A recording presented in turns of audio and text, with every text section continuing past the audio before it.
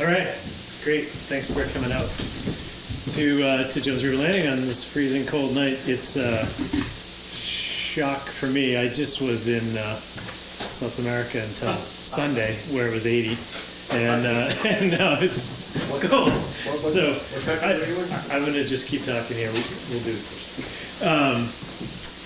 So I'm excited to invite to welcome you guys to our talk tonight, the second of our series, which we're doing approximately every other Thursday. I should have printed out the schedule for right now, but schedule's outside. And so this is kind of a joint lecture series between Jones River Watershed Association and the Mass Bays program. Sarah Grady's with Mass Bays program, and she helped coordinate a lot of this. And if you weren't at the first talk a couple weeks ago, Andre Martacchini, who is former Duxbury selectman, but also a coastal engineer with Kleinfelder, talked about some of their sea level rise predictions for the community on the South Shore, which I heard was very interesting. I've seen part of his talk before. And so we continue on with a few other sort of climate change related to residents is sort of the focus of it. Is that the list? Yeah. I'll just mention a couple of them. But our next one specifically is February 13th, which is Rebecca Haney from CZM talking about techniques for reducing erosion on natural landforms. So the idea of this whole lecture series was, you hear about climate change in the news a lot, you hear about a lot of talk, there's a lot of debate and argument and all that stuff, but for those of us who live on the South Shore, who live on the coast, it's just a reality that we're dealing with. It's not politics, it's the fact that we have seawalls and we have properties right on the river, and we deal with nor'easters, and we deal with high tides all the time. Those of you who know the landing here, we get flooded a couple of times a year, and just in the short time that we've owned this building, we have been flooded more frequently than we used to. It's interesting thinking about sea level rise. Everyone wants to draw this big picture of cities 20 feet underwater, and that's interesting for the distant future. But for those of us who live around here, where things tend to be pretty flat and we're pretty close to the coast, the difference between this much water coming over the seawall and this much water coming over the seawall means a lot in terms of horizontal distance. And that's when your car gets wet, that's when your basement gets flooded, that's when you have impacts that have a real effect day to day. And so if that happens 4 times a year instead of 2 times a year, that's a big deal for people who live around here. So the idea of the lecture series was to sort of present some topics that allow those of us who live around here to understand how this is going to affect us and what we can do about it. So take a look at the schedule. We have one scheduled now for February 13th and for February 27th, and then some going into March.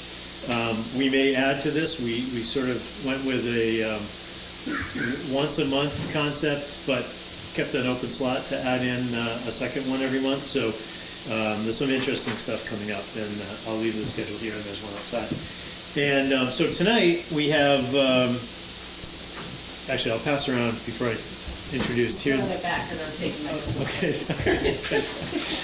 This is just a sign-in sheet if you're interested in signing in, if you're interested in getting a newsletter. We appreciate the feedback. If you want to put your name down, we'd like to know who came, who's interested. We like to be able to provide you information if you're interested in it. Tonight, I'm really happy to be able to introduce Juliet Simpson from Massachusetts Institute of Technology, or as most of us know it, MIT. And Juliet is a coastal ecologist, like myself, and she works with sea level rise issues, climate change issues, as well as sort of pollutants in the coastal zone, whether it's nutrients or pharmaceuticals, focusing a lot on salt marshes, which is how we get to know Juliet here. So maybe 4 or 5 years ago, 4 years ago, 2010? 2010, yeah. Juliet came by here and told us about a project she was doing monitoring the salt marshes in Duxbury and in Kingston. She was looking for sites to monitor. Of course, we were quick to say, well, you should do here. And in fact, we'll give you a canoe you can use, and we'll paddle you out there, and we'll show you some sites. And so we struck up a pretty good relationship with Juliet right off the bat. And that summer in 2010 was convenient that the town, the Conservation Commission, Maureen Thomas, who's here, and was working on some stormwater-related issues and trying to track contamination in the estuary, bacterial contamination. Coincidentally, DEP got interested at the same time, and we formed this great relationship between the town and MIT and DEP and Jones River Watershed Association.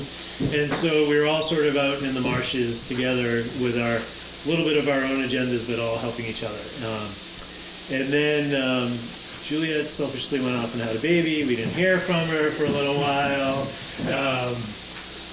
Real life. And giving time for the sea level to rise a little bit. And so last winter, sort of this time last year, Klein and I started looking out in the salt marsh out here and noticing that things were changing rapidly. It was an icy winter just like it is right now. Salt marsh was starting to slump a lot. There was sort of sections of the marsh coming off, and it's that's not completely unusual. Salt marshes change sort of in these episodic events instead of slowly over time. But by this summer of 2013, we had noticed some big changes, and so we thought it was a good time to call Julie back up and say, are you interested in coming back and looking at this again, revisiting some of your sites? And she was interested, and sure enough, we had some opportunities to develop some new technologies. So we're working with MIT and with UMass Boston in doing some video cameras that monitor the salt marsh in real time. And so that's something that you guys will have a chance to see as we move into this summer. Anyway, that's a little bit off point about what Juliet's talking about, but it's something I wanted to mention because she's been a great partner for us for a couple of years now. One of the other things she does is work on coastal erosion and climate change stuff, including working on preparing this handbook, which is the Homeowner's Handbook to Prepare for Coastal Hazards, which is put out by Sea Grant, who she works for with MIT. And this is a really impressive brochure. It's 90 pages long. It's well done, and it captures a lot of information from simple what to do with your home to how to understand what's happening in your town. And so she brought a bunch of them. They're available. She's happy to hand them out. That's the point of them. So pick one up before you go, and maybe Juliet, you say a little bit more about the intent. Yeah, you can also download it from our website. Yeah, available on the Sea Grant website, which is seagrant.mit. I think. So anyway, without further ado, I'm going to introduce Juliet Simpson and let her talk about coastal erosion, climate change, and storm preparedness in New England. Thanks, Alex. I want to second the wonderfulness of the collaboration with Jones River. I came here from California and wanted to do good work and had a lot of theoretical knowledge, but very little actual on-the-ground experience in New England. And so when I first got here, and so meeting Pine and Alex has been really great for me because they have dramatically furthered and deepened my education, and I appreciate that very much. Ditto. So I'm going to be talking about some predictions for climate change in New England and some things that we can think about to prepare. This is a quick outline of my talk. I'm going to talk about what the actual predictions are, what we do think we know about what's going to be happening in New England, specifically with respect to sea level rise and precipitation over the next 50 to 100 years. I'm going to talk about some of the problems that compound the issues of sea level rise and precipitation, which are namely urbanization and land use change and the development of lots of impervious surface, so that when we get a lot of precipitation, it doesn't have any place to go except into somebody's basement. And then I'm going to talk about what we can do to prepare ourselves for these changes, both at the level of communities and individuals and homeowners. So let's start with the predictions. Just getting back to the very, very basics, this is what's known as the Keeling Curve. You may have seen this before. These are the CO2 measurements that were started by Charles Keeling in 1956, I believe, on the island of Mauna Loa in Hawaii. He wanted to find a place where he could measure atmospheric CO2 that was removed from large cities and other influences so that he could really know what was going on in the atmosphere. And he was one of the first people who just hypothesized, well, we're burning all these fossil fuels. Maybe we're actually doing enough to change the atmosphere.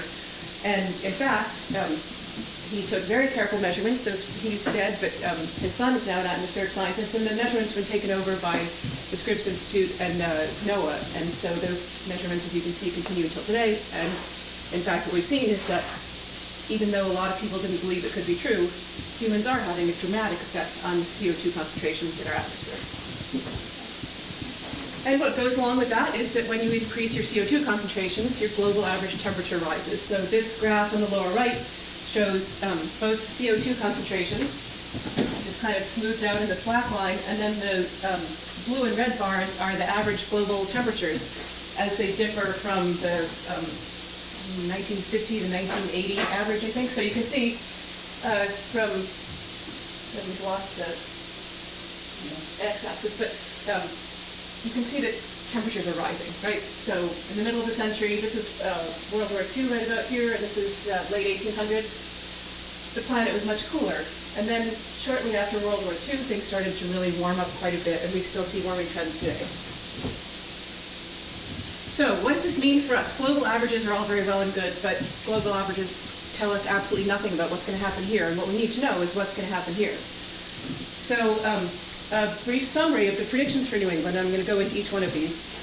We're going to see higher temperatures, particularly in the winters. I feel a little bit silly saying this. I've been cold for days.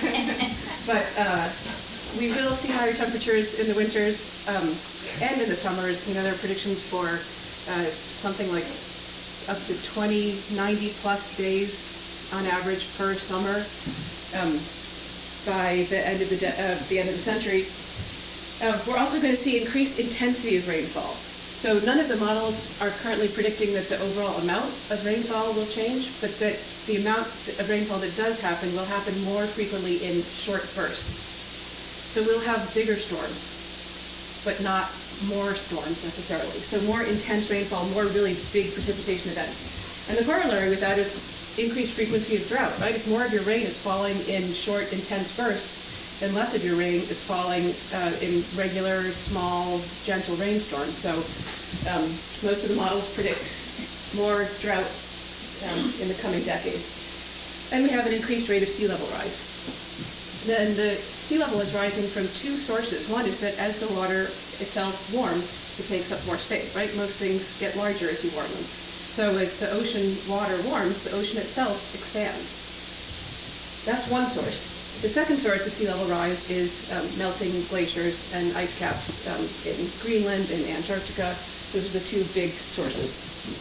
Now there's an awful lot of uncertainty around sea level rise, largely because it's very difficult to measure how quickly the ice over Greenland and Antarctica is melting. So different groups, research groups, go to different parts of those ice caps and find completely different numbers. So it's a very tricky thing to deal with. We know that they're melting. We don't know how quickly they're melting. We don't know if the rate of melting is going to change. So that's sort of a tough thing to deal with.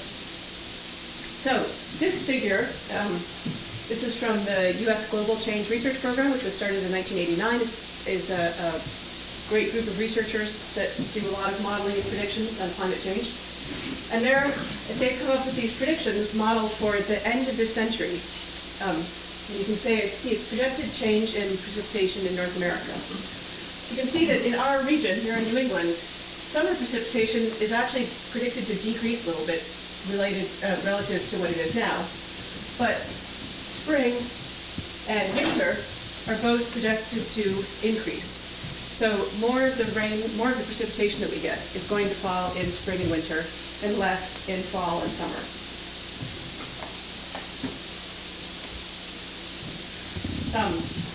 This is actual data. This is not even a projection. This is things that we're already seeing. There's a change in very heavy precipitation already. So this is data from 1958 to 2011, we've seen a 74% increase in very heavy precipitation events in New England. I think in this case they define very heavy as greater than 2 inches within one event or greater than an inch per hour. I can't remember what the exact definition is, but it's on that scale of what very heavy precipitation is. So we're already seeing this kind of change. Sea level rise. We can measure sea level rise increases for Boston. This is the record going from about 1920 to 2011, sorry, 21 to 2011. And sea level rise at the Boston tide gauge has risen almost 1 foot over the last 90 years. Sea level rise is highly variable. This is very interesting. So in the last 50 years, the Boston tide gauge has registered a 4.5-inch increase, but the one in Nantucket has registered a 6-inch increase, which is a pretty big difference if you think about it. That's almost 30% larger increase. And the other interesting thing about sea level rise is that it's happening faster in the Northeast than it is on the global average. It's cut off there, but some of the latest predictions that modelers are showing is that it will probably rise another 1 to almost 2.5 feet by 2050. 2050 is not that far away. And then by the end of the century, people say maybe 2 feet, maybe 6 feet, maybe more. Again, there's a lot of uncertainty around the sea level rise predictions, so it's very tough to pin down numbers, but it does seem to be happening more quickly in the Northeast than it is on a global average. And the rate in the Northeast has picked up in the last few decades. From what source would that be? That number, the No, 1 to... The sea level rise up from melting ice sheets? Oh, it's hard to say. Right, because again, it's very difficult to measure the melting ice sheets. Most of the sea level rise that's measured so far is from the ocean expansion, but we're not sure exactly how much of the contribution is from the melting ice sheets. It's a very tricky science. And this figure just shows, this is from a recent paper that was published in Nature Climate Change. You can see that we're kind of a hotspot for sea level rise. So each of these circles represents the difference in that area between sea level rise on a global average and sea level rise in that specific area. So you can see in San Francisco, sea level rise is actually happening more slowly than on a global average. But here in New England and in the Mid-Atlantic Bight there, from basically Cape Hatteras up to Cape Cod, it's happening faster than the global average. All right, we've already seen a lot of effects of climate change in the Northeast. We can measure the change that's already happening. Annual temperatures across the Northeast have warmed almost 2 degrees Fahrenheit on average since 1970. Our winters have been warming faster than the summers, as I mentioned, this week aside. We've seen changes in fish populations, right? You may be familiar with the fact that lobster populations seem to be moving northward. The southern end of the lobster distribution around Long Island Sound, the lobsters are not doing very well. They're succumbing to shell diseases and things like that. But farther north in the Gulf of Maine, the populations are booming and really doing well. And ocean temperature is probably a big contributor to this. Cod, I believe, are also moving north, although they're also crashing, so that's a bit difficult to measure. We've seen decreases in winter snowpack and increases in heavy rainstorms, as I showed in that earlier figure, the map of the United States. Plants are flowering earlier in the spring, so I think lilacs have been blooming up to 9 days earlier just across the last century. So a lot of these records come from botanical societies and horticulturalists who are very into taking very good, very detailed records. And so for some of these measures and birders too. So when migratory birds come back from South America, we have really beautiful records for these. And these events are happening earlier, days earlier than they used to. Extreme heat in the summertime is becoming more frequent. We've had a 15% increase in precipitation. And what used to be considered a 100-year rainfall, so rainfall so large that it happens just once every 100 years, is now happening once every 50 years. So that's a pretty big increase in frequency. All right, this is a sad figure. This data come from FEMA, and they show that the number of federal disasters is increasing and has increased over the last few decades. So the blue lines are the number of federal disasters happening across the entire United States. You see that also increases. Those are on this axis over here. And then the number of federal disasters just in New England are on this axis over here, and they're represented by the red dots. And you can see they've been going, just increasing in the last couple of decades, and the majority of these are floods.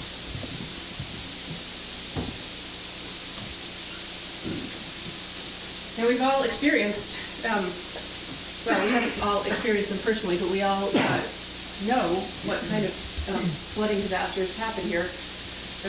These are some dramatic images from, we have the 1991 Halloween nor'easter, which did an enormous amount of damage. Here's some erosion from Plum Island, just up north from here, after Winter Storm Nemo last February. That also did an enormous amount of damage. So some of the disaster declarations are because the storms are bigger and more intense. Some of them are because there are more people living closer to the coast and more money invested in properties closer to the coast and more infrastructure invested on the coast. So there's more human interest at risk when a big storm does come along. So it's a combination of those two things that results in the increased disaster declaration. This is a picture from the February 1978 blizzard, which still holds the record for the highest storm surge, highest water level ever recorded in Boston Harbor. Also did millions of dollars worth of damage. But lest we think that these things only happen to coastal properties, they also happen inland. We probably all remember Hurricane Irene not very long ago. Did some pretty terrible damage inland. Most of the Irene's damage didn't happen along the coast. It happened in Vermont and upstate New York. Something around 50 lives were lost, $15 billion lost to homes, infrastructure, and people were stranded for days to weeks up there. This picture is from Vermont, near Bennington, so not near a coast at all. And lest we fall into the trap of thinking, oh, it's big hurricanes, or oh, we only need to pay attention to nor'easters, they're the ones causing all the damage. They're causing a great deal of the damage, but regular storms can cause a lot of damage too. So back in April of 2011, before Irene came around, months before Irene, there was just a series of storms that each one was a big storm, and they piled on top of each other and piled on top of each other. And so there was, again, millions of dollars worth of damage to homes, to infrastructure in Vermont. Record-setting rainfall.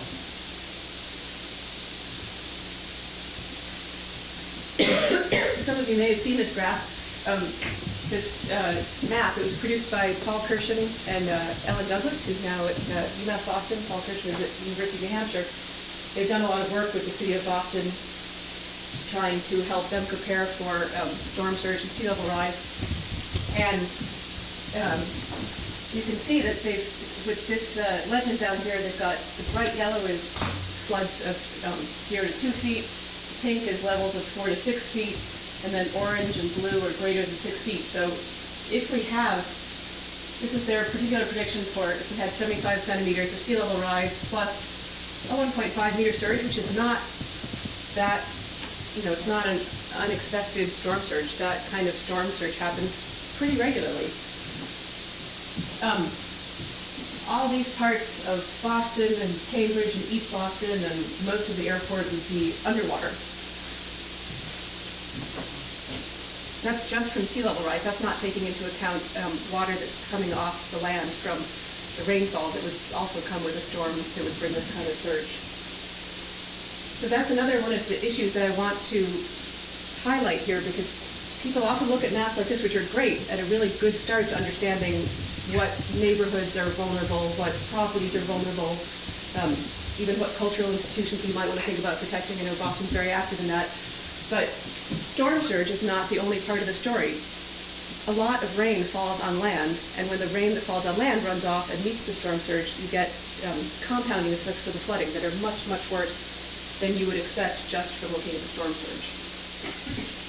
So for instance, you can see that lots of MIT lots of Cambridge and MIT, here's where I work right here, would be underwater with this storm surge. But what would cause even more flooding here would be rain coming from the Charles, flooding coming from the Charles River, which would all pile up all over Cambridge, part of Cambridge and Back Bay, and could add many feet more of water to those neighborhoods. This is not necessarily about flooding. I just think this is very interesting and worth putting out there. Snowpack is also predicted to decrease as winter is warm. So more of the precipitation will be falling as rain and less as snow.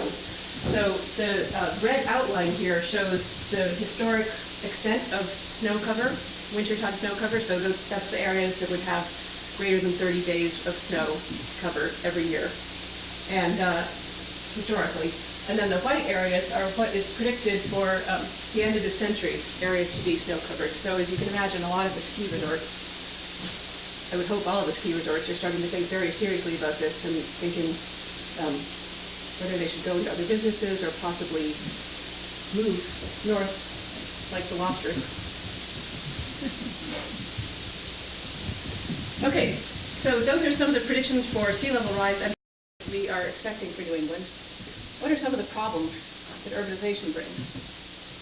Now, the most useful way to think about this is on a watershed scale. So we define a watershed as one area where all the rain that falls, all the precipitation that falls, all drains to one common water body.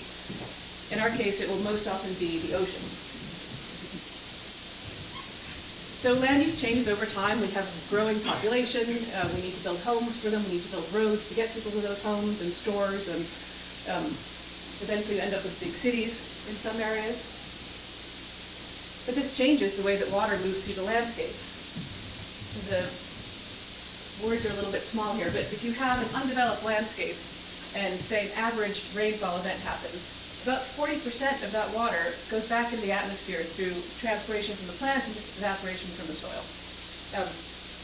About 25% of that water goes to shallow infiltration and sort of moves through the ground until it gets to a stream or river, but it moves slowly because it's going through earth. About 25% goes to deep infiltration and recharging aquifers and groundwater basins, and only about 10% actually runs off. So this is an average storm, right? So if there had been a rain event just previously, the numbers would be changed a little bit. If there's been a drought previously, those numbers would be changed a little bit. But it's representative of an average storm. But once you have an urbanized landscape and you have lots of impervious surface, you have pavement, you have parking lots, you have houses, your evapotranspiration decreases because you don't have trees and plants to transpire all the water away. You only get about 10% of the shallow infiltration because the water can't actually get to the soil. You get only about 5% deep infiltration, again, because the water can't get there, and more than half of that water typically runs off and goes to the lowest point, goes to somebody's basement, it goes to an underpass, it washes out a culvert. So urbanization does dramatic things to the way water moves across the landscape, and this is something that we can control, that we can alter, that we can use to our advantage. Right? We've engineered it so that it does bad things. We can re-engineer it so that it works for us. As we all know, the Massachusetts coast is highly developed. The red in this case is residential development, and there's some pink in the cities. That's high-intensity development. Green is less developed areas. You can see this whole area is very highly developed. If we look at a satellite image, you can see it even more clearly. City surfaces and paved surfaces show up here as kind of a dull gray, and the coast has a lot of dull gray on it. Boston is huge. Providence is big down here, New Bedford, we've got a lot of pavement. And even more importantly, well, not more importantly, but also importantly, here along the Connecticut River, you see there's a great deal of development and pavement. And all of that paved area is area where water can't get into groundwater basins, can't recharge the soil. It's just going to run off and cause a flood in the Connecticut River because it runs off very quickly. It speeds across pavement instead of filtering slowly through earth. Excellent. I'm armed. So the major impact of development on water quality is this increase in impervious surfaces. which not only increases flooding, as I just mentioned, but also really affects water quality. So that water, as it runs over pavement, as it runs over houses, it collects dog poop and bird poop and heavy metals that shave off of people's brakes every time you put the brakes on your car, and hydrocarbons and leaking oil and pathogens from the dog poop and the bird poop and from people's leaky septic tanks and litter, right? Coffee cups and newspapers, sediments, all kinds of crud moves through this water and gets to either the lake that it's flowing into or the coastal ocean and causes a lot of problems. So this nice watershed, which used to have lots of nice infiltration and clean streams, has been turned into something developed like this, and we can turn this back. It takes a lot of work, unfortunately, but it can be done. So preparedness, what can we do? At the community level, and this is where I believe that a lot of work can be done, because once a community mobilizes to do something, it's really possible to do small projects that can make a great deal of difference. So one of the most important things is to think at the watershed scale. So not just, oh, it always floods here, but where's the flooding coming from? Where's the problem coming from? It could be someplace way upstream that you need to deal with, not just that local area. One important thing that can be done is to change zoning laws. So the town of Hull, which, as you probably know, is a very low-lying town and very vulnerable to sea level rise and flooding problems, recently changed their zoning laws because some homeowners wanted to elevate their houses, but there was a restriction on the height that a house could be. But everyone agreed that it was a good thing for these homeowners to be able to elevate their houses so that they wouldn't flood as frequently, so they managed to change the zoning laws, so now you can build your house up to a higher level. But people are using it to elevate their houses, not just build taller houses. One incredibly important thing that a community can do is to protect open space, particularly low-lying areas. So these are areas that can be allowed to flood, and it can be beneficial for the floodwaters to go there, and they're areas where that infiltration and recharge of water can happen. And if they're protected as open space, then they're not developed something that is going to be damaged by floodwaters and will have to be rescued. You can protect and maintain natural barriers such as dunes and marshes. Another really interesting thing that Hull has done, they're very proactive on climate change. They have to be. I think most of the town is about a meter above sea level, if that. They have a barrier dune that people had made some illegal cuts in, and they've been very proactive in rebuilding those dunes, maintaining them. They have a group of volunteers that goes out every spring and replants dune grass on the dunes to stabilize them and keep them there as a barrier against storms. And communities can implement low-impact development practices, such as pavement alternatives. So if you have a new development coming in and they're going to put in a big parking lot for people to come shop or whatever people need to do, instead of putting down just a flat pavement, you could put down a porous pavement. There are a lot of new engineered materials that look and behave just like impervious pavement, but they actually let water filter through. And they tend to work really well for places with cold winters, because instead of water being caught in them and freezing and causing frost heaves, the water is allowed to infiltrate through. They have air spaces in them when the freeze happens, and so they don't buckle up nearly as much as traditional pavement does. You can put in gravel or turf, you can put in rain gardens, you can slope the entire thing so that the water all runs into some kind of basin where it can be filtered and end up in the earth rather than running off impervious surface into somewhere where you don't want it or can't control where it goes. So there are so many opportunities in almost every community for small things to happen. If you can build up a lot of these small things, you can make a really big difference in how the flooding happens in that community. And in fact, Maureen has a rain garden. Where is the rain garden? It's in here in Kingston. We've got a few. There's one right over here. The watershed bridge. We have some at Kingston Intermediate School. We have some up at Delano Avenue, down in the Great East. We've got lots of rain gardens. So they're filtering the water, they're not eliminating, but mediating water quality issues, right? And also mediating flood problems. So if you want more information about that, you can had a drop of water in here since putting it Really? from the street. And you had flooding before? Constantly. So here's a really happy success story right here. Yay. These can be done. So how much did it cost, if you don't mind my asking? Let's see, it was an EPA grant, it was Yeah, an okay. EPA program. We got $2,000, Yeah, a lot of volunteer effort. Yeah, $2,000. $2,000 and all went into stone.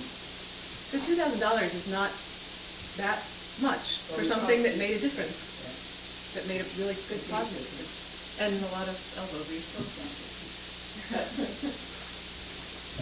Okay, at the level of individuals and homeowners, you can look at your site plans and compare them to flood maps and see where the vulnerabilities in your home are. Are there vent openings where water's going to come in? They're below the flood level. Are there door jams that are below the flood level? Are there small engineering fixes or retrofits that you can make that will, make the difference if the flood is 6 inches higher or 3 inches higher? And if you can just raise your level of flood protectiveness 3 or 6 inches, then that next flood may not flood your basement. Can you elevate your house? That's obviously a much bigger engineering challenge and quite expensive, but it's something to be considered. How can you protect your house? You can also incorporate climate change into any home improvements you're already doing. If you're changing the windows, you can put in windows that are more resistant to hurricane-force winds. You can choose appliances, elevate your appliances so that they're not within the flood zone. You can put in different kinds of walls, especially at basement level, so that if there's damage, it's easier to take out sections of walls. There are a lot of suggestions for this kind of thing in the homeowner's handbook that I brought. I'm not an engineer, so I'm not very good at talking about these things, but the engineer who wrote that chapter is, so we have lots of suggestions there. And one interesting thing here is that neighboring properties likely share the same risks, right? You're probably going to be at a similar elevation as your neighbor on one side, your neighbor on another side. So why not talk to your neighbors and see if there are things that you can do together? You can share costs and maybe implement something bigger and more protective that you wouldn't be able to do on your own.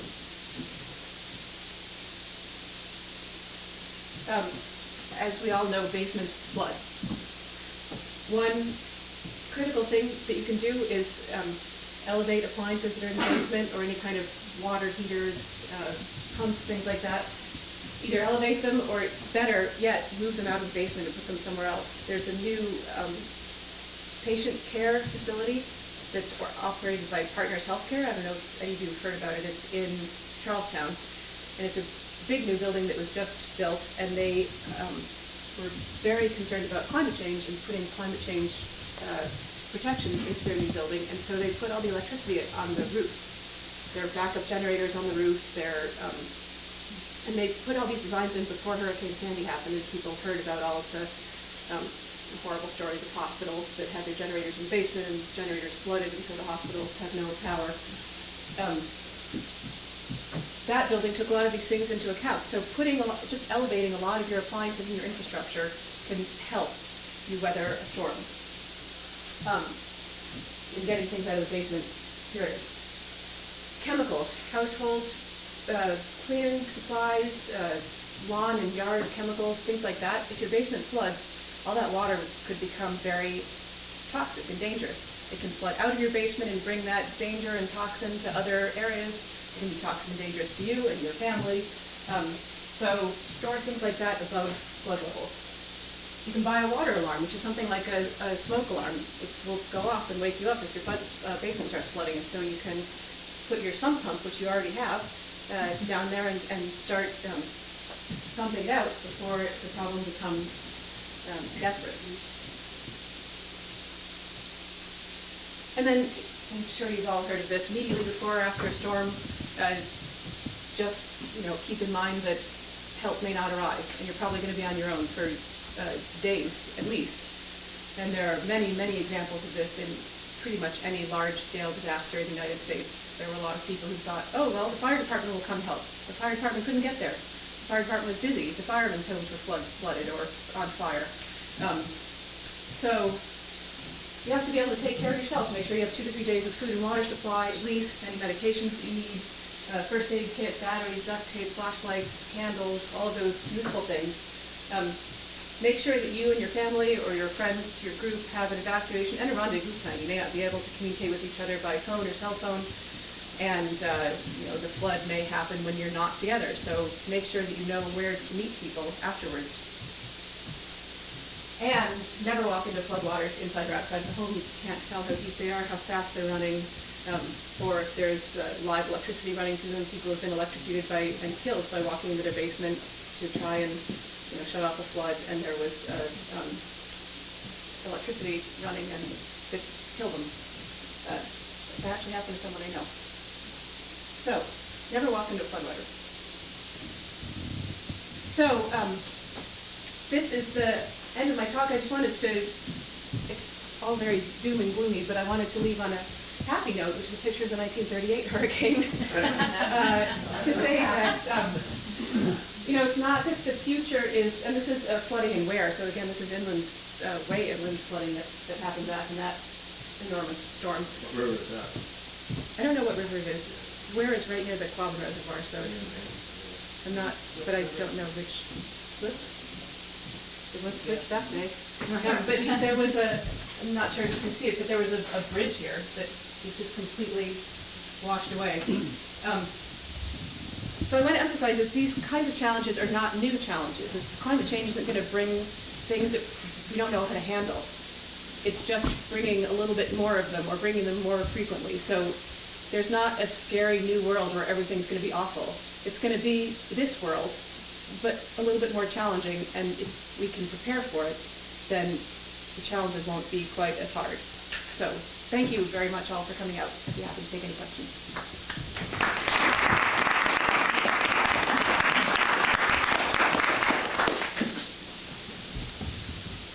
When you first were talking, you said that the current difference in water height in Boston is a couple of inches higher than Nantucket. What's the explanation for that? Do you have any idea? I don't know.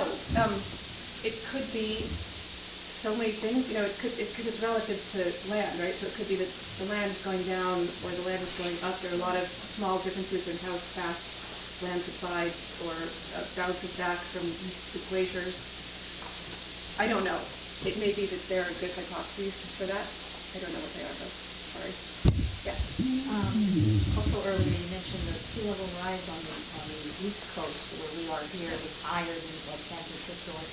Is there an explanation for that? Was that the current from the ocean? That is, again, no one knows for sure, but it's because it's happening on that scale, it probably has more to do with ocean currents and possibly something about the Gulf Stream or the way that water is backing up.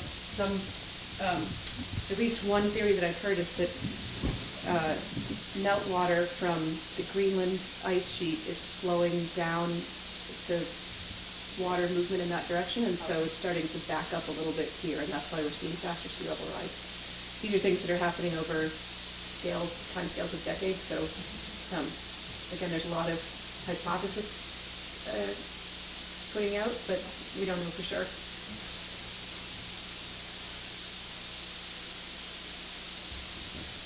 Anyone else? Juliet, it seems to me we're going to try to understand it, to a